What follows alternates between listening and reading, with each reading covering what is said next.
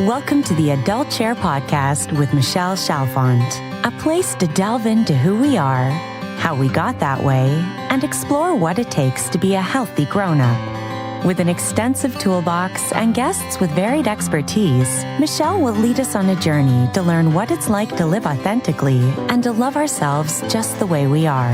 And now, here's Michelle. Hello, everybody, and welcome to the Adult Chair Podcast. Hope you all are having a beautiful day today on this beautiful, very hot and humid in Nashville, Tennessee, August 1st. Can you believe, I'm sorry, I'm going to be a downer and say this, but I'm like, holy crap, we're in August already. And I'm already thinking about getting my boys off to college and being, again, that empty nester, which is insane to me. I can't believe we're even talking about it already, but it's going to be here in 2 weeks for me. Or 2.5 weeks. So I hope you all have had a beautiful summer thus far.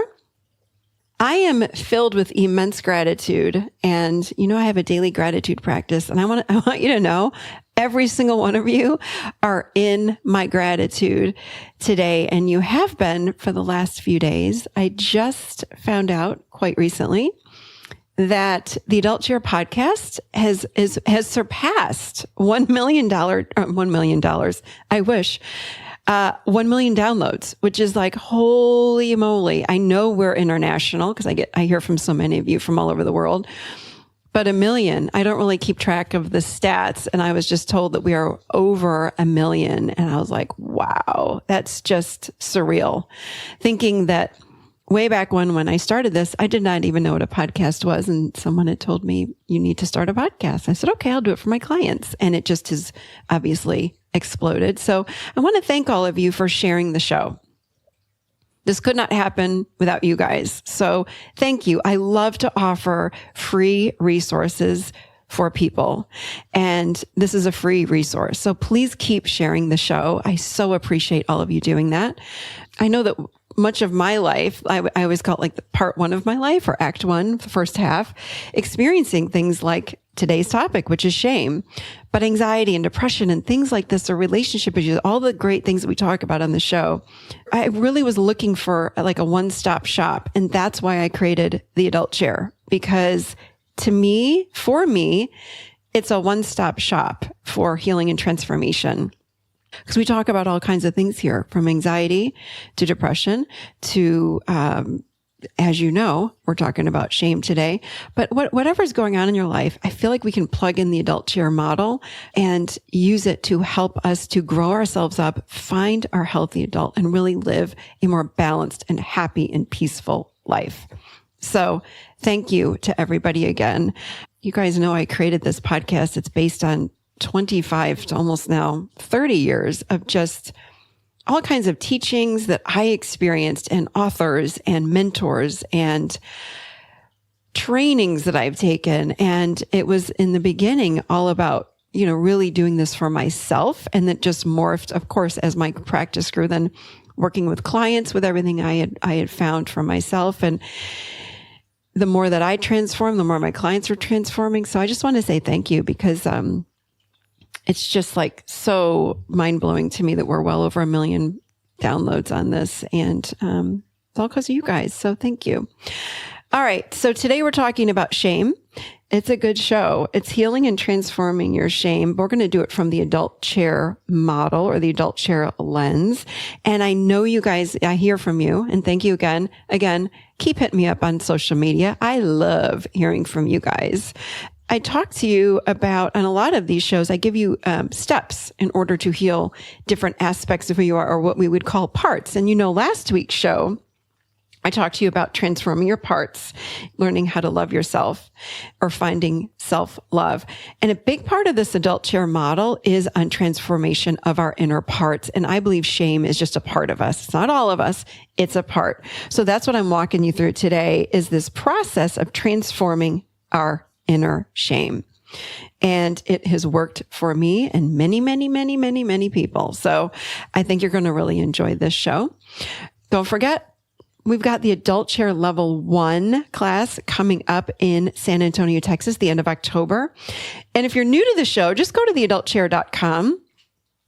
There's a wealth of information in there, but You can certainly find out about upcoming events. So the adultchair.com/events takes you right to the event page. You can learn about the San Antonio class in October. But you guys, I have all kinds of events coming up, even a Costa Rica event. That's our deep dive, 5-day at least. So check it out. It's all online and you can get all the information there at theadultchair.com. Okay, we're going to get to shame and how we correct our shame. But I first need to thank our sponsor for today's show, which is Green Chef. They're a USDA certified organic company that makes eating well easy and affordable with plans to fit every kind of lifestyle. The recipes are quick and easy with step-by-step instructions, chef tips, photos, and a guide. Like it's a guide on a picture, a card with pictures. It's beautiful.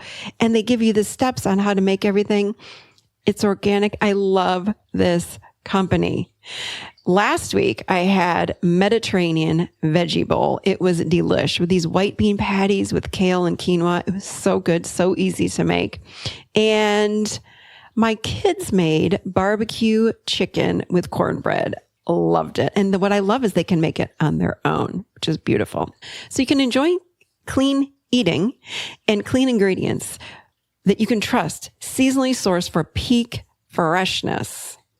So with Green Chef, it's easy to eat well and discover new recipes every week that you will love to cook. I promise.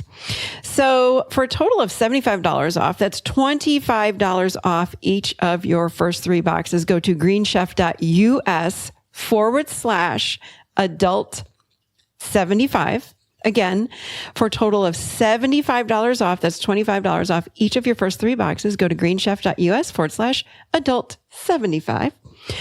Okay. Are you ready to heal your shame? Here we go. Enjoy the show. Can't wait to hear what you think about it.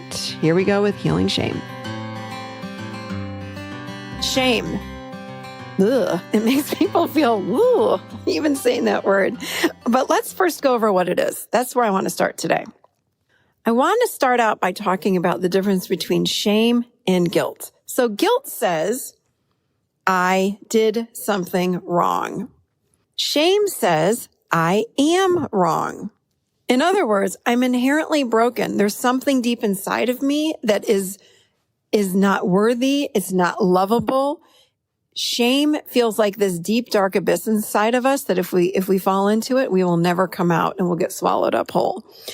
It's a very, very heavy emotion.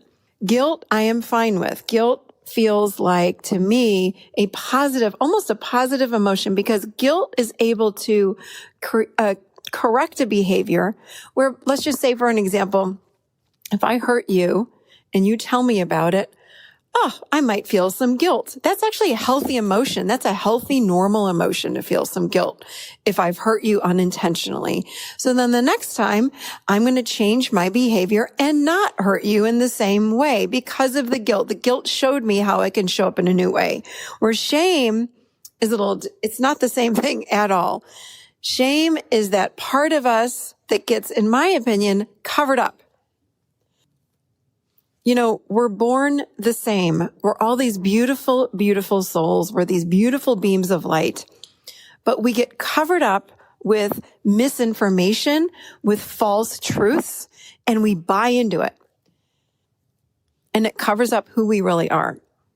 And it not only covers it up, but it says that we are bad, that we are broken and unlovable, and that we are just wrong at our core. So let's talk just for a minute where shame comes from. Unfortunately, we all have experienced shame in some way. Again, we absorb these false beliefs oftentimes from people that have raised us. We might have misinterpreted something from our younger, undeveloped brain, meaning, let's just say we're stuck in the crib and, mom, dad, grandma, and babysitter, whomever doesn't hear us crying. That little baby brain might interpret there's something wrong with me. Maybe I'm broken. Maybe why is nobody coming? I'm crying. My need is not getting met. Maybe there's something wrong with me. It can happen at a really young age, but of course it can happen at a later age too. Perhaps our parents or caregivers did or said things to us unintentionally to create this misprogram or false belief. So perhaps your brother did something wrong when you were growing up and he blamed you. And then your parents punished you and said, you're so bad. Why would you do that? Et cetera, et cetera. We then start wondering like, God, am I really that bad? And then when it happens repeatedly is when more and more shame builds up inside of us. You got to think of your brain like a computer where everything that's outside of us, remember, is coming in and being recorded. But it's coming through this little kid brain. So it misinterprets a lot. I oftentimes work with clients and they'll look back and say, well, I should have known better. I mean, my mom was an alcoholic and what do I know? I should have known better. I'm like, you were 4. How would you have known that? When we're that young, we're interpreting it all. We are interpreting everything and oftentimes make it about us. Like we've done something wrong. We're bad. That's why mommy doesn't love me. That's why I'm not getting the hugs and the love. It's because I'm wrong or I'm doing something wrong or I'm bad. In fact, if we grew up in an alcoholic or emotionally, physically, sexually abused household, a lot of shame happens. Oftentimes, again, if we experience trauma growing up, we blame ourselves. I've talked with so many people that have experienced sexual abuse that blame themselves for that abuse. They think they did something wrong. They invited it in, so it's their fault. Or they didn't receive the love from their parents, so it must have been something that they were doing wrong. That's shame. Many of us heard when we were growing up statements from our parents repeatedly that was very shaming for us. Maybe you heard something like, you're such an idiot, or I can't believe you only got a B. You're an A student. What's wrong with you? So again, we interpret that like, oh my God, something's wrong with me. Why am I not getting straight A's? Or I know I heard this. I was compared to my cousin at times, but why can't you be more like fill in the blank? They're so good. They're straight A students. They're so neat. They're so whatever. But we hear things like, why can't you be more like so-and-so? Some of us heard, stop your crying or complaining, or I'll give you something to cry about, or you disgust me. Or I just had a client that came in a week ago that was talking about this. She was her whole life growing up, never felt like that she had fit in with her mom and her siblings. And they compared her to her grandfather on the other side of the family. And they said, you're such a Smith. You're like those Smiths. And that to her was very shaming, even though her family was very dysfunctional and the Smiths were actually functional. She got shamed for being like them. So she interpreted herself as being bad. So we hear all of these kinds of things when we are growing up. Again, some of us hear mild statements, and that creates shame. Others, we have grown up in households where it's this repeated statements every day of comparison, or maybe if we're living with alcoholism in the home, my goodness, we experience tons of shame. We think it's our fault. So there's so many reasons why. It's hard to say exactly what your reason is, but if you look back, you'll have some ideas. And when we receive this repeated shame, we might become what's called shame bound. When we receive repeated shame, we may become shame bound. And John Bradshaw talks about this. So this is what he says. To be shame bound means whenever you feel any feeling, need, or drive, you immediately feel ashamed. The dynamic core of your human life is grounded in your feelings, needs, and drives. When these are bound by shame, you are shamed to your core. So some of us that have received shame repeatedly from these statements growing up in our households, we are what is called shame bound. So let's talk about now what we do about this, whether it's a little bit of shame or a lot of shame, I'm going to give you guys some tools and actually a lot of information on what we can do either when shame comes up or if we're well aware of it now, what can we do about it? So the first thing I want to share with you is how we heal shame or transform our shame with the adult chair model. Okay. And I want to say this, before I go through all these steps, it's an 8-step process. I just want you to know, based on a lot of what I'm going to say right now, I have created a meditation for you all that is a healing and transforming shame meditation. It's going to come out in the June 7th newsletter. So as I go through these 8 steps, it's based on these 8 steps that is going to be a guided meditation. So be on the lookout for that on June 7th. Okay. So these are the 8 steps. First of all, what we want to do is we want to get ourselves grounded in our current reality. So have a seat in a chair, put your feet on the floor, and remember who you are as your adult self today. If it's May or June or whatever month it is, and the year it is, say that to yourself. So I would say, I am Michelle Chalfant. I'm 50 years old. It is whatever date, 2018. So you want to make sure that you're not only saying it, but then feeling the truth in that. Okay. So that's where you want to go before you even start doing these 8 steps. Okay. So if you can, you want to remember your most shaming experience as a child. So just close your eyes and allow yourself to go back in time and allow your mind or body to come up with and present to you whatever it wants to when you ask yourself, what was the most shaming experience that I experienced? What was my most shaming experience? And just allow it to come to you. Okay. If you can't recall, like if you have no memories, some of us have no memories from our childhood. If you can't recall an experience, simply invite the part of you that feels shame to become present. So just think about your shame and invite it to be present. Okay. It's a part of you. Either way, you may see the part, you may hear the part, or just know or sense that it is present. Whether it be like you're looking for a part or a distant memory. If you have a memory, again, you may see it, sense it, know it, whatever it is, all is perfect, okay? You may experience a younger version of yourself. You may experience a colored blob or just a sensation. Again, all of it's fine. Whatever comes to you is perfect for you. So when this blob or this little you shows up in front of you or whatever it is, invite it in front of you, and then you're going to introduce yourself as the adult you are today.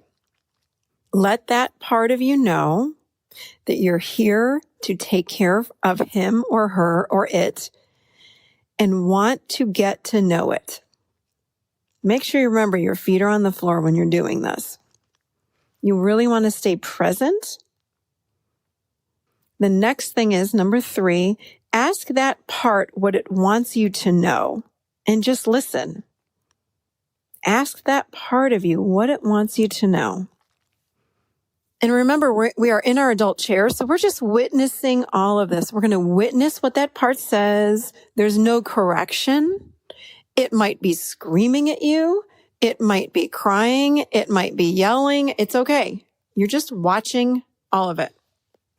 Number 4, the next thing is we're going to let it know that you're sorry for all that it experienced and that you weren't there, but you're here now and that you care and really love this part of you and that you're actually here to help now. So the next step is number 5. And as we go through this, remember, you can always, if you're doing this live as I'm talking, pause it. I'm going kind of fast because this is not a meditation and I don't want to take too long in between each step. But if you're writing it down, of course, pause it. But if you want to wait for the meditation, you can do that too. Okay, so number 5. This is an important part. What we want to do is share with that part of you what you know to be true about the whole experience. Now, when I suggest this to my clients, they'll say things like, well, I don't want to blame my parents because, I know that my dad was cheating on my mom, and my mom, even though he was an alcoholic, my mom really did the best that she could. Or my dad couldn't help it. His brother died, so he became an alcoholic, and I know he was doing the best he could. I know this. In fact, we all do the best that we can. I know that our parents did the best. I know their grandparents, everybody did. So I'm never blaming anybody. I get it. But what that little part of us needs to know, the child part or that blob or that whatever's standing in front of you, needs a correction of truth because it's blaming itself. So what we want to do is just correct. And remember, I'm in my adult. I'm speaking in fact and truth. The fact might be that mommy should have left and taken you away from daddy because he was beating you and he was an alcoholic and she didn't. That's not a blame. That's truth. That's fact. So we really want to correct the thinking of that little kid or that blob or whatever's in front of you, because that part of you thinks it's their fault. There's something wrong with it. So this is your chance to correct that thinking. So let that part of you know what was true. And this is as you look back in time, you from your adult perspective today know what was true. Your mother leaned too heavily on you. That was not okay. Again, not blaming. It's just truth. And you took all that on and you took responsibility for your mommy, and that was not okay. And I'm so sorry I wasn't there. So let that young, sweet, innocent and lovable part of you know that your caregivers couldn't reflect back to you who you really were. Remember, when we're growing up, we are leaning on our caregivers to reflect back to us who we are. And because of what happened in childhood, we get reflected back. It's our fault or we're bad. So that's what we are correcting right now. How can a little child that's innocent and sweet be that bad? It doesn't make sense. And believe they're unlovable. It was actually maybe the parents or the grandparents that were incapable of loving that then created an unlovable feeling for that child. So this is what we are correcting. After you speak this to your child or that energy blob in front of you or whatever is in front of you, you just want to pause and let yourself take that in and let that child part of you standing in front of you take that in. So you just want to make sure, again, your feet are on the floor and you're taking some slow, deep breaths. Sometimes when we do this work, it's triggering for us, even in our adult, and we really want to not stay in our adult. We want to leave that place, or we might feel anger come up about a parent. It's okay. This is the time when we stop for a moment and collect ourselves. In fact, you can do this anytime throughout the whole process. Stop and pause and just breathe slowly. That pulls us back into our adult. That's number 6. Number 7, ask this part if there's anything they need from you now. What do you need from me? And pause and wait. And then whatever they say, you just say, I can do that for you. Thank you. I will. Number 8, let them know you can do this, whatever their need is, and that you will be back soon to visit them. And you're going to check in with them again. So that's this 8-step process doing parts work, okay? That's part of what we do in our adult chair. We're getting in touch with these different parts of ourselves that are fragmented off or that are, again, buried under shame, that don't know what truth is. So we want to get to know those parts. That's how we transform shame. That's one way that we transform shame. When we get to know that part, it starts to shift. It starts to perhaps believe, maybe I'm not so bad. But it's our job to go back and correct that thinking for that part of us, okay? So I have a couple, or actually, 3 or 4 more ideas on how we can continue to transform our shame. So that's the first one. That is parts work. Another way to do this is to find the part of you that is being shaming. Okay. And I just want to use that example again that I've used before. When I have had a lot of anger come up, this happened to me a few years ago, and I've used this example, but I dropped in to find out, okay, who is so darn angry? Who's so angry inside? And I think, I shared with you, it was feral Michelle. It was this part of me that looked like the, oh my God, Gollum, I think his name is, from The Lord of the Rings. That little guy, in his loincloth, it looked like, that was basically naked, that wanted that ring, that was living along the creek or in that river. And that was what I looked like, with my hair all over the place. And that was the part of me that was like this rager and just had so much hatred. And we want to get to know these parts. We want to get to know these parts. And when I think about my shame, I'm wondering if that's the same part. So I got to know that part of me, and she came up to me and she was yelling and screaming and crying and snot in her face and dirt on her face. And I just stood there in my adult, and my eyes are closed, and I'm just imagining this part. And, I just looked at her, I said, tell me everything. And I was saying things like, I love you. And I got to know that part. Well, I think I worked with that part maybe 3 times. It's been a little while, but, she's completely morphed in front of me. Just morphed every time I go in there. And now she's not so dirty. She's much more pleasant. And one time when I did it, I just kept looking at her and I said, I love you. I love you. I love you. I love you. And I just kept saying, I love you. And she morphed into a 3-year-old little Michelle in an Easter Sunday dress. Underneath all this self-hatred and shame and self-loathing is a really beautiful, precious part. It's in there. I promise you guys, I've done this work for too long. I know it's true because I've done it. So hang tight. Okay. I've got a few more things. So that's another way to do this shame. Just go in search of that part. Mindfulness. This is wonderful because we really, really want to get clear on what we are saying to ourselves at all time, especially the negative stuff. I find that our mind goes, 70 to 90,000 thoughts a day, and many of them are not nice. So we want to wake up to what our self-talk is. And when you're having negative self-talk, or I'm not good enough, or I hate myself, or something like that, say stop out loud. Become really mindful about what you're saying. Slow the talking down. Become mindful of it. What else can you say to yourself? I oftentimes will say this to clients, what's the next thought?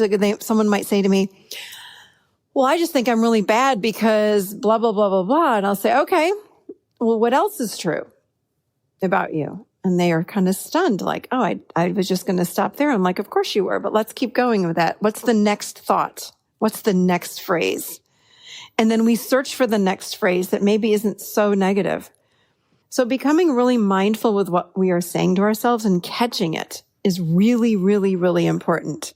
And we want to remember to drop below the chin. Really get clear about what we want to hear and need to hear. So this kind of goes with the first one I just said about mindfulness. But when we drop below the chin, we can sort of get inside of ourselves and ask ourselves this question. What do I most need to hear? So let's just pretend I'm walking around with I'm bad or I'm not lovable, I'm damaged goods kind of thing. What do I need to hear instead? What would be the opposite statement? Perhaps it's just as simple as I'm lovable or I'm wanted or I matter or something like that. But we don't know unless we drop inside. The mind will come up with all these ideas, but spend a moment and go deeper inside. What is it that you most need to hear? So come up with maybe 1 or 3 statements. And then number 3, not only say them when you're walking around or put them on a Post-it note on your nightstand. Number 3, mirror work, which I love. I've used this for 25 years. It's powerful. It's one thing to walk around with these statements and say things like, I matter, I matter, I matter, I matter. And, driving to work, I matter. It's another thing to say the word when you're the phrase, when you're looking in the mirror at yourself and say it and allow the energy to drop below the chin. feel it in the body. I matter. Look in the mirror. You might want to have some Kleenex handy. I'm just saying it's very powerful. The key here is to feel it in the body, not just say it with the mind, but feel it in the body. That's what I've got for you guys with this shame. I'm telling you, I had a lot of shame along my life path. And I think I've said this before on the show, but my tagline for Michelle was, I'm damaged goods. Like, I am really bad. I am so damaged on the inside. And I have to say, even when I say that now, it feels like such a distant memory. It just doesn't resonate with me anymore. And I used to quickly be able to say that statement about myself, but I just don't anymore. That's a very shaming statement. When I think about the fact that I was damaged goods and it's gone, I'm telling you, this works. All of what I just shared with you, it works. It's all under the umbrella of the adult chair.